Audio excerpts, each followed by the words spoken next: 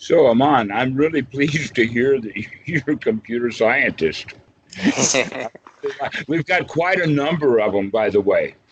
Pablo actually is a professor of computer science at the University of Paris. Oh, wow. And that Willie, I think, works for Goldman Sachs. And he's gotten a recent raise. I think he's something like a team lead or something like that. Mm. And they use PHP, I think, also.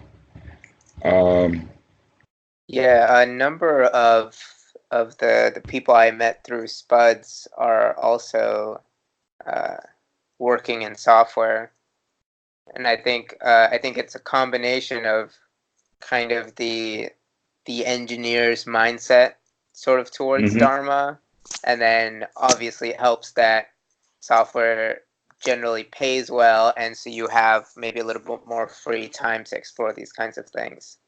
Yes, exactly. So it gives you the ability, lifestyle wise, and it also, uh, you already have the kind of mind that is fit for work in this regard. And in fact, that's what Bhikkhu Buddhadasa wants for the Dhamma, is merely for the mind to get fit for work. That's what meditation is really all about, is to get the mind fit for work.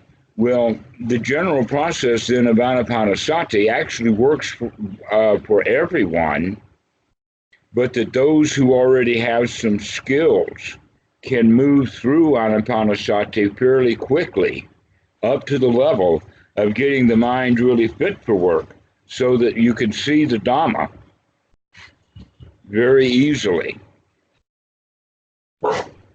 And therefore the path becomes easy.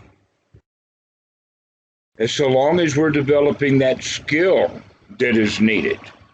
So that's where the musician part of the equation comes in, is the musicians have been the ones who have learned how to develop skill by practicing over and over and over again so that they can come to a level of proficiency.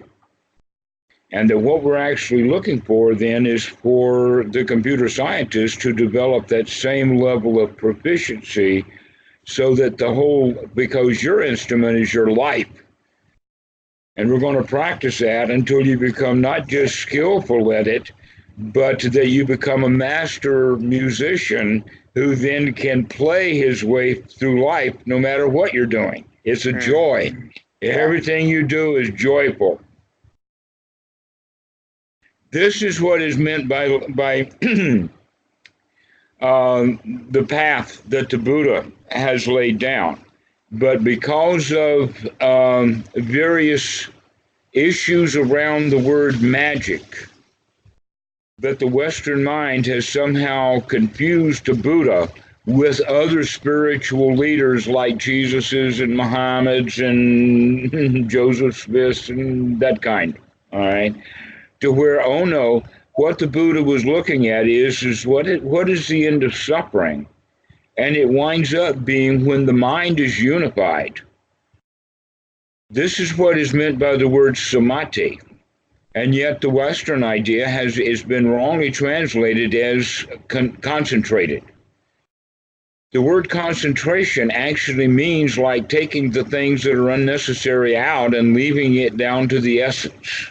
Mm. Okay, so concentrated orange juice takes a lot of the water out. Powdered orange juice, like Tang, takes all of the water out, puts some sugar in. All right, concentrated milk, etc., like that. So when we think of concentration, we also think about it in the sense of some sort of outside pressure and or heat system that gets the thing concentrated.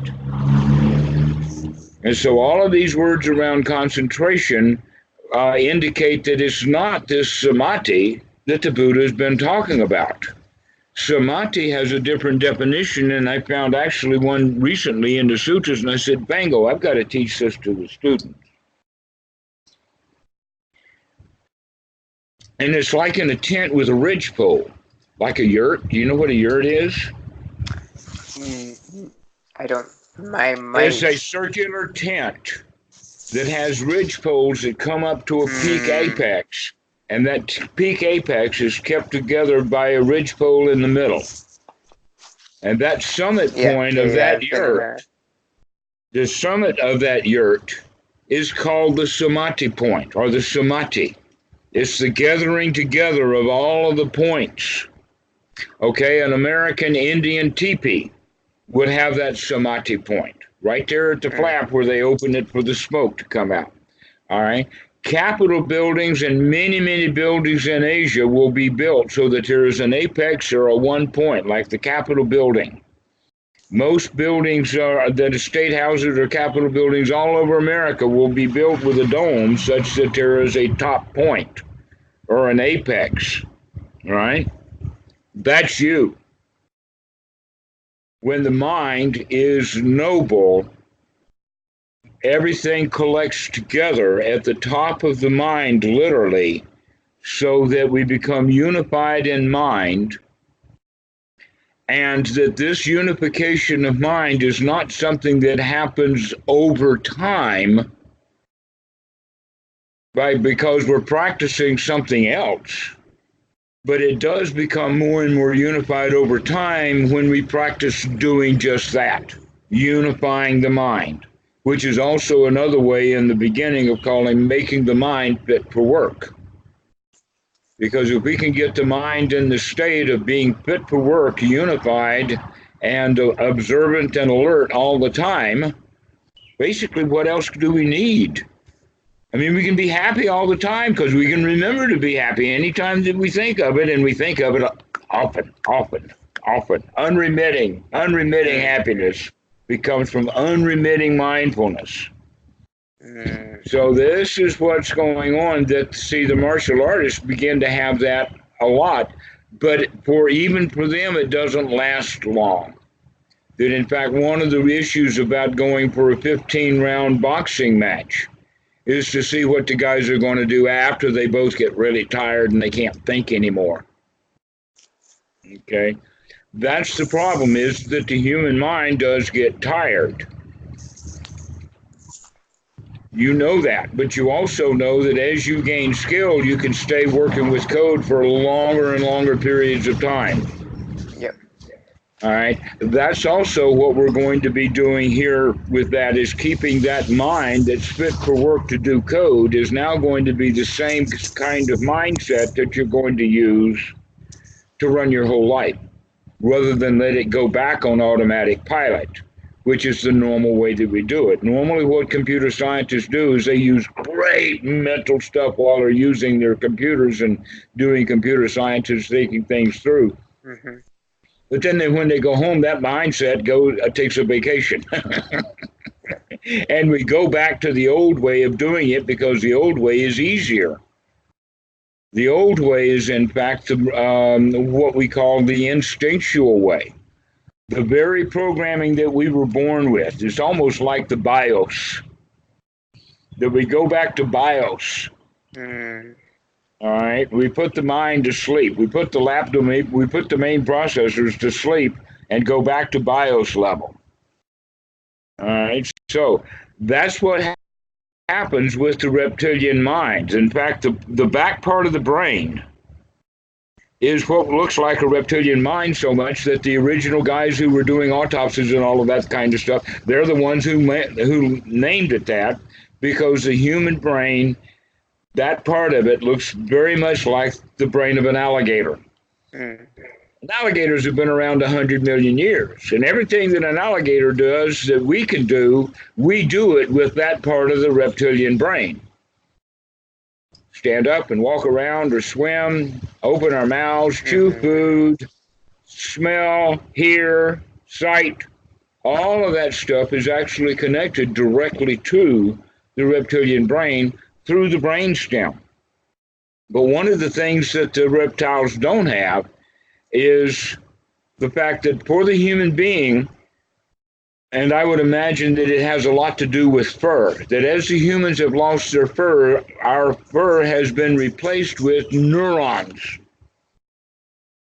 that connect right back to the brain, to the spinal cord, and right up into the brain, this part of the brain, the reptilian brain, which means that the human being has brain all over his body. And so you asked me a fourth one, I would say that dancers would make really excellent meditation students because they're really in touch with their body.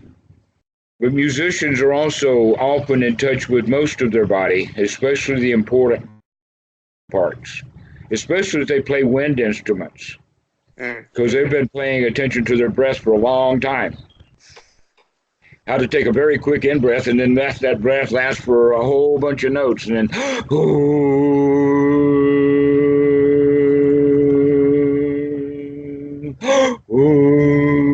you know, like that kind of stuff. So it's a natural breathing that they have to be conscious of.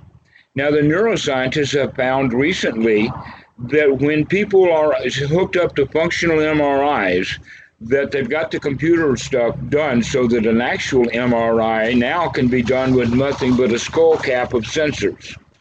And with all the computer hardware, they can take that down and do any slicing and dicing that they want to see. And what they've come up with is that when people are actually paying attention to their breath and beginning to manage their breath a little bit, become conscious of the breathing, it lights up the frontal cortex. But when we go back to normal breathing, the anterior cortex takes over and the frontal cortex goes to sleep. The next thing that they have learned with neuroscience is that people tend to not breathe very much. And when they don't breathe very much and the oxygen gets low, then the frontal cortex tends to shut off anyway. And that in the afternoon, people get tired, they get a little sleepy or drowsy, but if they go take a walk to get water, go to the bathroom, go say hello to somebody, just walk around the building or something and come back, that will refresh the mind, but it's not the walking that's doing it, it's the fact that they have to breathe more when they're walking.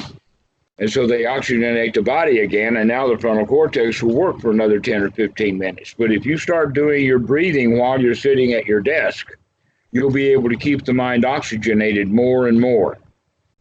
All right? And so we're going to be doing this because actually another mistake that many Westerners think, they think that meditation is all about sitting on the floor in a certain posture for a certain period of time, perhaps doing a certain thing or not, like doing a mantra or whatever like that. But many of the groups are saying, oh no, your job is to be aware of what's happening, so choicelessly aware. Choiceless awareness, they call it, which means the mind just wanders and wanders and wanders, and that's okay because I'm choicelessly aware of that it's wandering and wandering and wandering. That's no training at all. That we need to actually, when we see that the mind has wandered away from the breath, to come back to the breath and take that deep breath, all right? Recognizing that it's a really wholesome thing to do.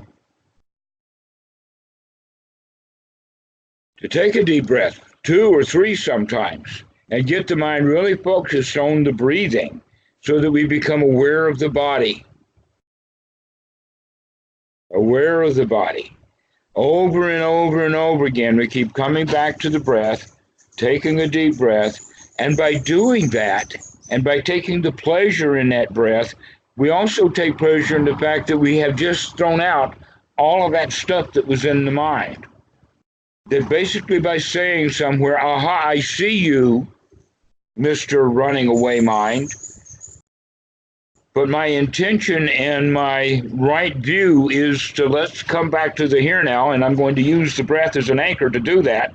Take a really deep breath and be here now. Happily, be here now, over and over and over again. And if you do that between sessions of working with code, you'll be surprised at how more easily that code is to work with, because the mind is much more fit for work by doing this. And so, in fact, what we're looking for is not what we gain value from by sitting on the floor, but it's rather that that's a training session because the mind, for many people, just easily wanders away. And so we want to take the distractions, for instance, in this case, code is a distraction. To put the code aside, to put the friendships aside, to put the world aside, and to come in and let's only deal with the mess inside. And every time I can think of it, I'm going to throw that mess out of the mind. I'm going to clean house in that moment and come back and take a nice deep breath. But now it's time for you to start bringing that off of the cushion and bringing it into your whole life. Now, if someone meditates once an hour, even if they're doing it a good job at it, if they meditate once an hour, that means that 23 hours a day, they're just back in old bad habits. That may take a while. It may take a long time. But if we can remember to take that deep breath, to come back to the present moment, to be here now, to take on the attitude of a winner, a lion. In short, these four aspects of the Eightfold Noble Path: right view, right remembrance, because that's the key one, to keep remembering to come back to this present moment. Right effort. The right effort is an easy effort. It's easy to do. And yet many of the Western meditators, they want to struggle. Now, there was probably a time when you had to struggle with your code. But now you don't have to struggle with it anymore. You can even read other people's code and tell easily whether this is good code or bad code. All right, you know that. All right, so this is going to be your right effort. This is actually going to be an easy effort for you. Your trick, your goal is to develop the skill of mindfulness, of Sati, to remember, to come back, to become back. And because that the effort then will be easier, this will be joyful, and you'll begin to take on an attitude of a winner.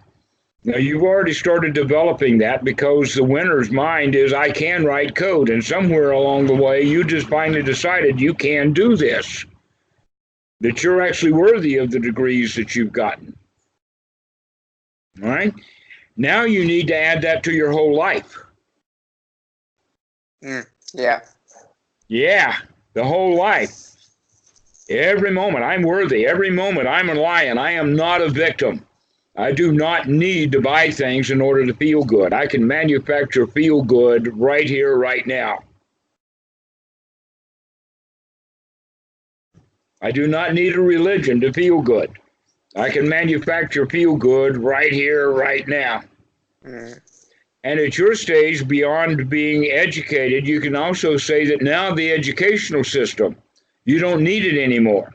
You don't need self-help books or psychologists or any of that. You've got all the skills you need to be happy right here, right now. You know how to manufacture it. You can be here now. You can be happy, contented, and what they laughingly, I laugh at it, refer to as enlightened. Why? Because you're light right now. You're not heavy. Yeah. All right. And so the last one then is big government. You don't need big government. You can be happy without big government. Big government is not there to help you anyway. Though a few of the progressives are hoping that they can change that around, that's still not your issue. Your issue is, can you be happy? Can you fix yourself? If you can't fix yourself, how can you possibly fix the government? Look how many hundreds of thousands, if not millions of people have tried to fix the government, and look what a mess it's in. He who goes to the swamp to drain the swamp winds up being one of the alligators in the swamp.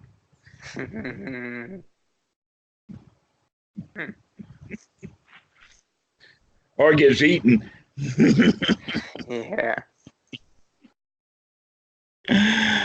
So, if that's the case, then this is what I call GRIP. Government, religion, education, and business. You don't need those. What you need is confidence in yourself that you can do this on your own.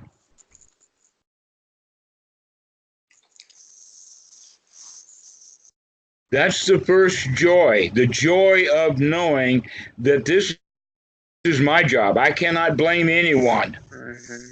I have to take responsibility for my own crap. Yeah, it's like when little kids, when you do something for a little kid and they're like, "No, I want to do it by myself." Uh-huh. It's like this, but now I'm just doing that for every aspect of my life. Exactly. Exactly. To take control of your life again. Be the lion. Mm. The Buddha was a lion. He was not a victim. He did not need anything from anyone. And that's real freedom. And then we can be friends with anyone because we don't need anything and we certainly don't need to compete with anyone. We can just be good friends together. And so that's one of the reasons that I teach the way that I do is because I do not want a one up, one down student teacher relationship or the psychotherapist client relationship. That's not the right way to go. The right way to go is here we are. We're friends. Yep. And that's what they called each other in the time of the Buddha. And the word is Kalyametta, to be friends with everyone because we're not competing with anyone because we don't need anything from anyone because we're perfectly happy and content the way things are right now.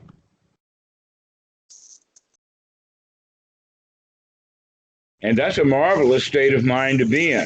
This is what is called noble, and it is also called unification of mind, or we could also in the Pali say Sama area samadhi, true noble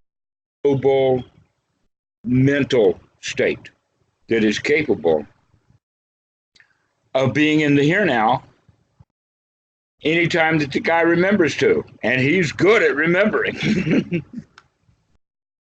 So we rarely get off track and go back to the ordinary old ways of doing things that wind up in bad feelings. And so this is the goal that we have. And so what I would like to do today, though we got started with the recording late, we've been going at it for a while now, is I'd like to give you some assignments that are going to help that set up operating during the daytime on a more and more frequent basis. Awesome. All right. So let me ask you this: how many times do you sit down or stand up in a chair? Let us just say sit down. Generally, the number of times you sit down is also the number of times you stand up. So how many times a day do you sit down in a chair? Today I probably sat down somewhere between 10 and 15 times. No, maybe a Okay. little bit more than that, 15 and 20 times. Okay. So let's stay at 20. So if there's an assignment for every time you sit down and every time you get up, that means that 40 times a day will be a point in time that we're going to anchor or trigger mindfulness. 40 times a day, that's on your way. Yeah. It's very natural and very easy to do, but it's also kind of random. All right. So every time that you stand up out of a chair, normally when people stand up out of a chair, it's to go someplace. So they move from the sitting to the walking position, and they never go an in-between standing position where the feet are planted firmly in one place for a second or two. So you're going to make a change now, and the way that you stand up out of a chair is you're going to stand up and not walk. But instead, you're going to have the thought of what is the intention of walking? Why am I walking?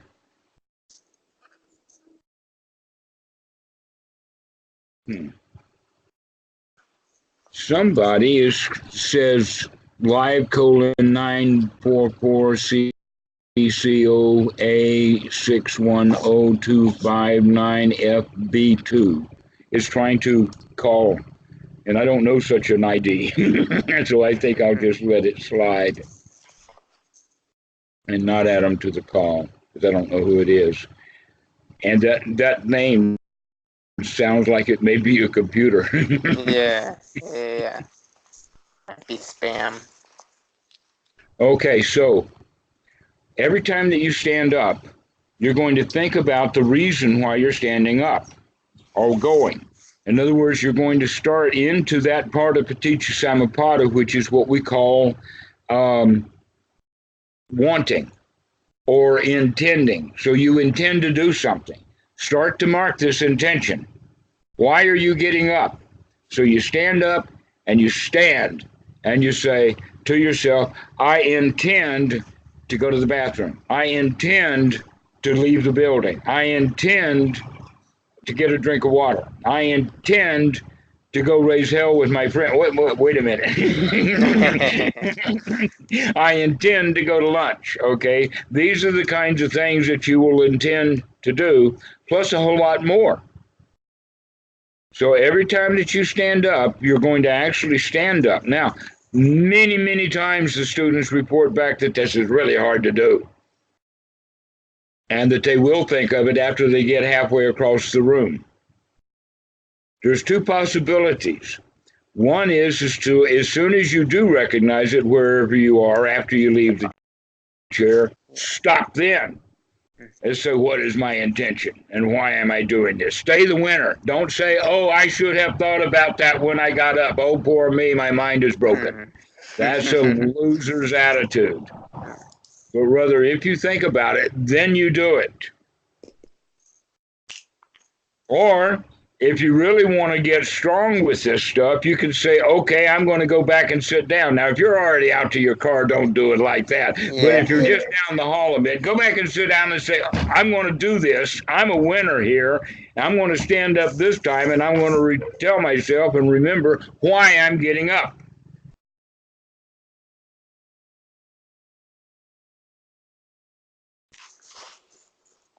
Okay, now I'll also tell you that you will need some intention to do this. It will take some effort to remember this because the mind just hops up and wanders away, and so does the human body. It just hops up and wanders off. And we're going to put a stop to that. Okay, so you can do that whenever you get out of your car. When you get out of the car, you can either, while the door is still open or when you close the door, you can stop and say, my intention is to go do a good job that day at work or something silly. I intend to have a cat.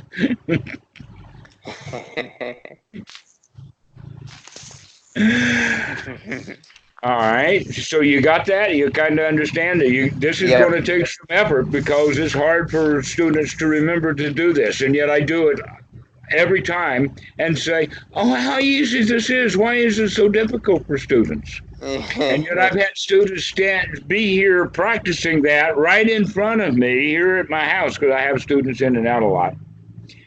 And I'll laugh. Because they forgot. They stood up and walked, or they just started walking and then they remember. So it's okay that you even tell friends that you're doing this because they can help you to remember. These are anchors. These are things to help you wake up. It's almost like having a piano teacher there watching you while you're rehearsing or practicing.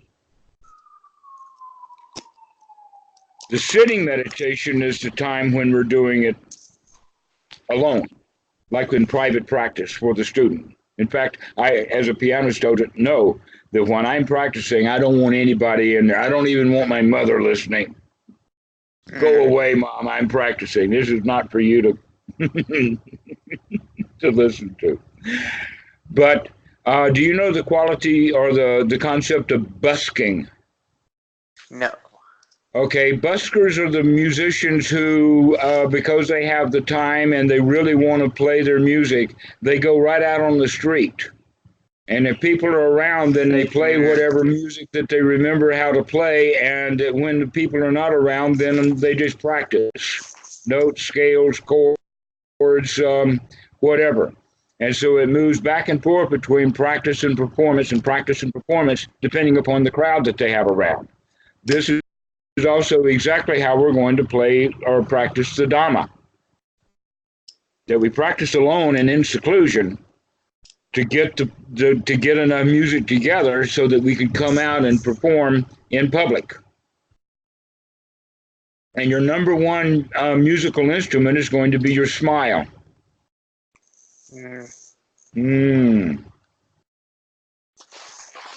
So you can start to smile at people intentionally.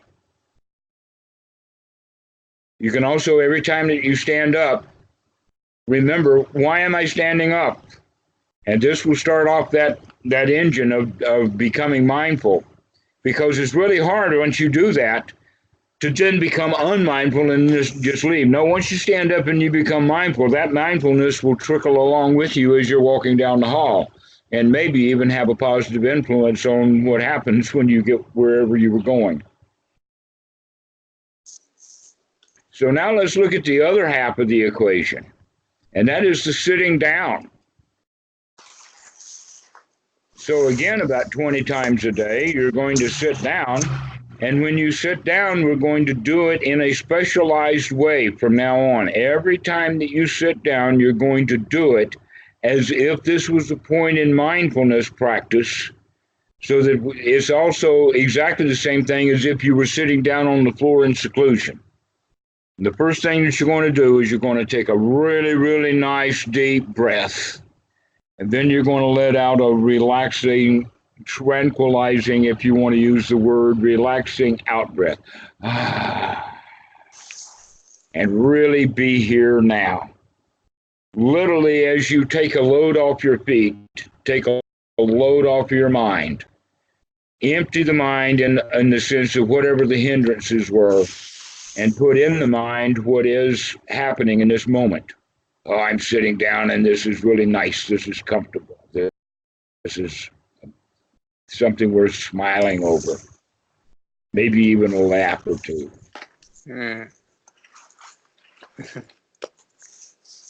So 20 times a day you stand up with strong intention.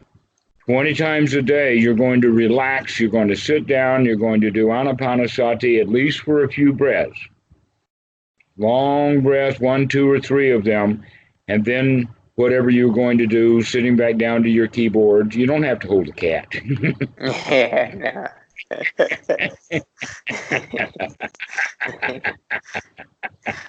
I'm just giving him a couple pets. Yeah. Bring him a little closer. What's his name? This one is Charlie. And, he is running away. And then there's one more over there named Juliet. Charlie and Juliet. That's 2. I've got one dog about a foot away, and the other one is on top of my feet. Both of them are asleep. We have 3 dogs and 6 cats. Oh, wow. It's a whole lot of animals. My daughter loves it. She loves the cats and doesn't like the dogs.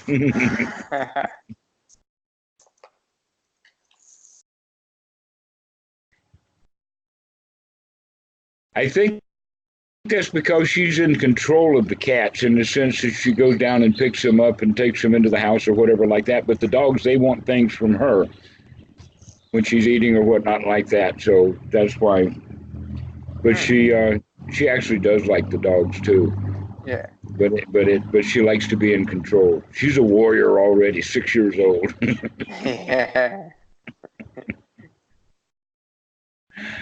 So now that we have these 2 things, standing up from the chair or sitting down from the chair, and I'll add a 3rd one, and that is that this one may wind up being a little more frequent, but every time that you have to open a door, you're going to stand in front of the door and think about the intention. Why am I going through this door? And then as you reach for the knob, do begin to practice mindfulness of hands, postures, things like that as you're walking. Become very mindful of your of the posture of your hands, of your walking. You can slow it down just a little bit. No more being in a hurry.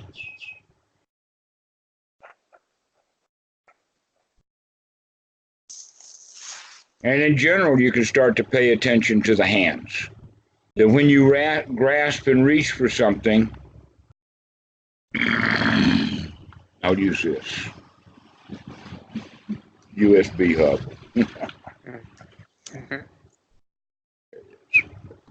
All right. Whenever you grasp for the hub, you actually do it slowly, opening your hand and then grasping, noticing what was the very first thing that the fingers felt. For me, it was this part of this finger that was the first thing that touched. And then when you grasp it and hold it, recognize that you're holding it. Whenever you set it down, do that in reverse order so that things begin to slow down.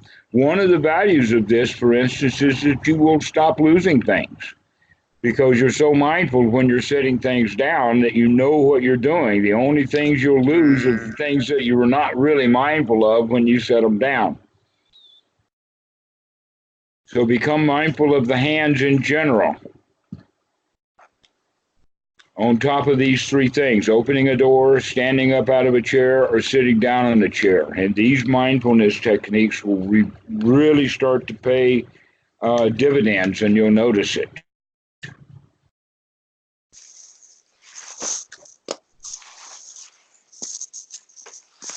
Cool. Okay. Do you have any questions about this? I have a question about the smiling in public and smiling around people and smiling to people. I've noticed in the past that there's a different feeling if I'm already in a good mood, I'm already smiling, and then I make eye contact with somebody, it feels like I'm just sort of spreading the positivity.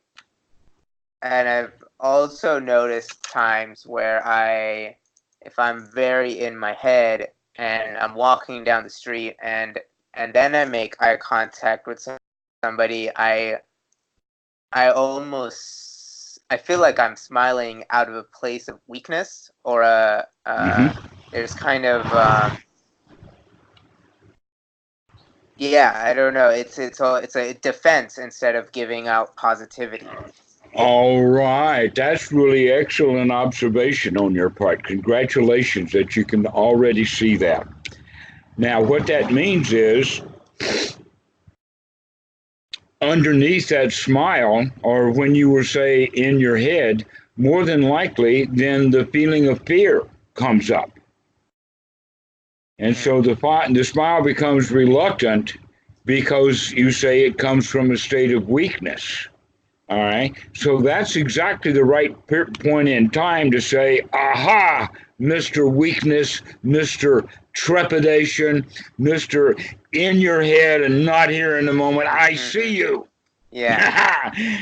And then I can smile. I can say, I see you. And I can take a deep breath and say, but now you're out of here. And I'm going to be here now with a real smile because I can make it on the spot. Cool. Okay. That's excellent observation on your part.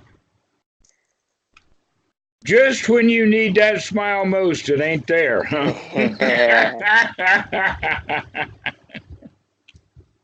Murphy got you.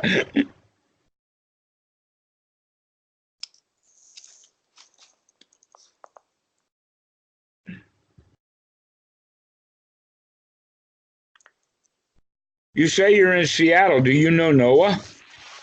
Yeah, that's he's the one who gave me your contact information, and they're the group, the Spuds Seattle Pragmatic Dharma Society group is kind of how I really started meditating and learning more about the Dharma from them.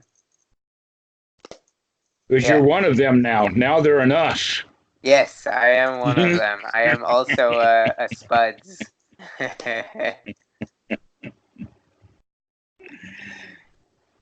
Yes, I feel part of that group too. They're so far away because I know a lot of them. Jim and Tucker. Do you know Tucker Peck? Yeah, he's actually coming to Seattle in a couple months.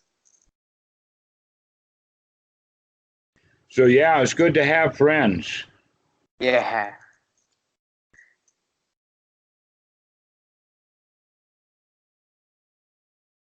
Okay, do you have any other questions about what we've talked about today? Not really. That's yeah, I think I got most everything.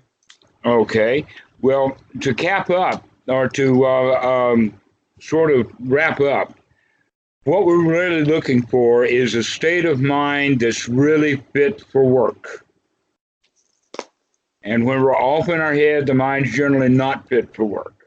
When we're thinking about the past or the future or what I've got to do or things like that, the mind's not fit for work. But when you're working with code, generally the mind is fit for work.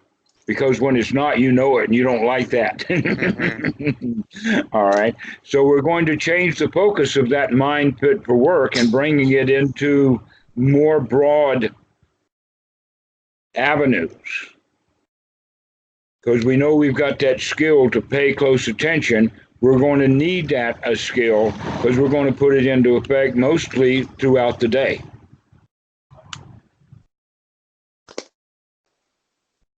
We're only going to do it for short periods of time.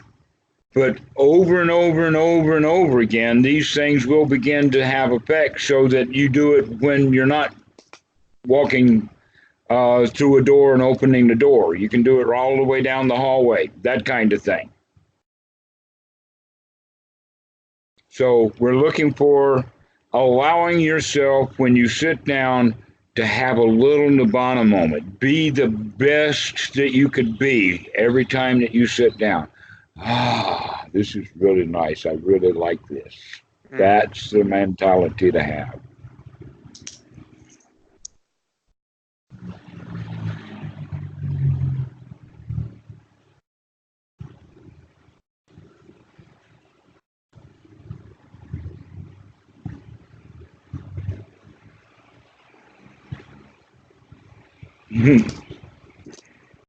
You got it, huh? I got it. Yeah. We'll see you. See you. Bye-bye. Bye bye.